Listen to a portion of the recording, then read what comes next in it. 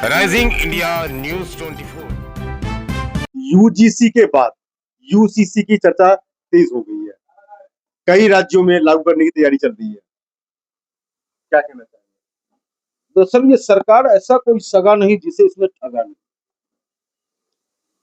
UGC ला करके किसे ठगने का काम किया जिसने इसको ताकत दी, और यूजीसी वो यूजीसी बन गई है कि अगर ये वापस लेता है तो गया, नहीं लिया तो गया, यानी कि लटकला तो गेला बेटा।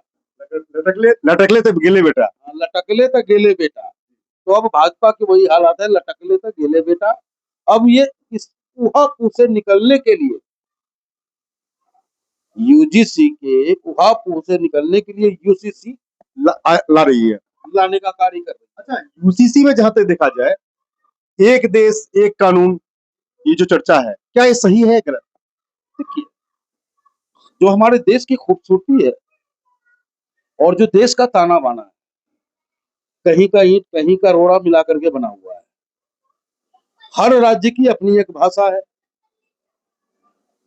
और हर 2 किलोमीटर पे लोगों का अपना बोली बदल जाता है। हमारे देश में वो लोग भी रहते हैं जो धर्म को मानते हैं, और हमारे देश में वो भी रहते हैं जो धर्म किसी भी धर्म को नहीं मानते, नास्तिक भी रहते हैं और आजादी के साथ रहते हैं, खुश रहते हैं। वो धर्म मानने वालों के साथ भी रह लेते हैं और हम नहीं धर्म मानने वालों के साथ भी रह लेते हैं। ये खूबसूरती हिंदुस्तान की है और इन सबको मिला के बना हिंदुस्तान। लेकिन जैसे ही आप यूजीसी लाने की बात करते हैं,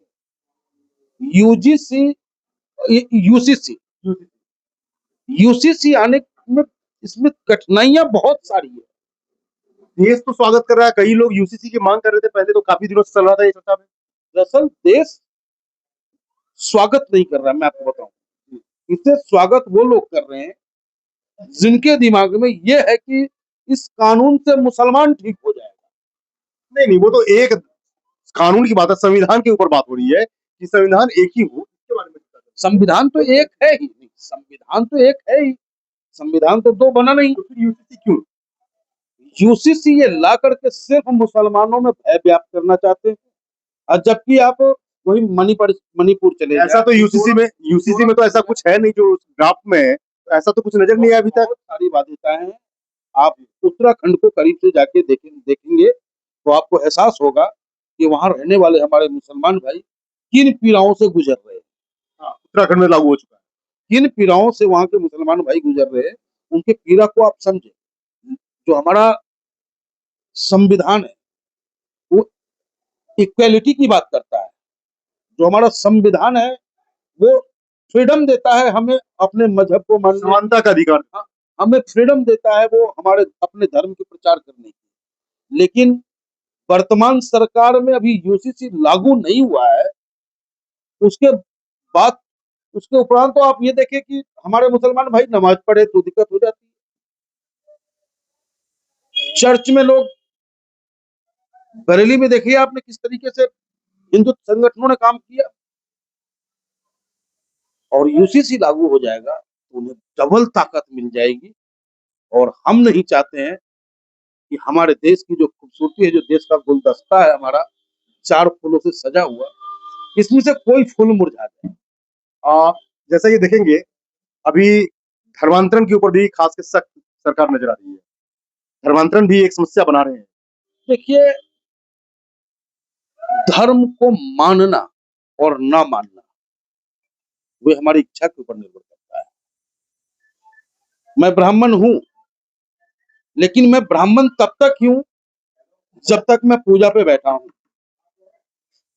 जब मैं ज्ञान की बात करता हूं, समाज को जोड़ने की बात करता हूं, और उसके बाद जब घर से निकलता हूं और कुर्ता पैजामा डालने के बाद फिर मैं नेता के रूप में नजर आता हूं, सेवक के रूप में नजर आता हूं। ऑफिस में जब बैठ करके व्यापार का काम करता हूं, व्यापारी बन जाता हूं। जब आप आते हो और मैं आपको पानी भर के गिलास में पिलाता हूं तो मैं एक दलित भी बन जाता हूं। तो ये इतनी सारी खूबसूरती लेकर के चलने का काम करना चाहिए हर किसी को, लेकिन ये सरकार नहीं कर रही। क्या कहना चाहेंगे सरकार को?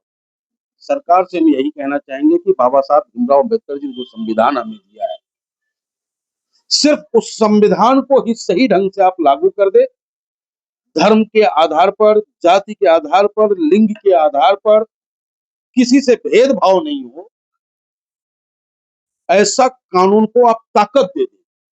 लेकिन विडंबना यह है कि अगर कोई मुसलमान अपनी हक की बात को लेकर के मजबूती से आवाज उठा दे तो उस पर मुकदमा दर्ज हो जाता है, और वही जो सरकार समर्थक लोग हैं खुलेआम मुसलमान को गाली देना, उनके धर्म पे टिका टिप्पणी करते रहना, उसके बावजूद उस पर मुकदमा दर्ज ना होना, क्या ये भय का माहौल व्याप्त करने जैसी स्थिति नहीं है?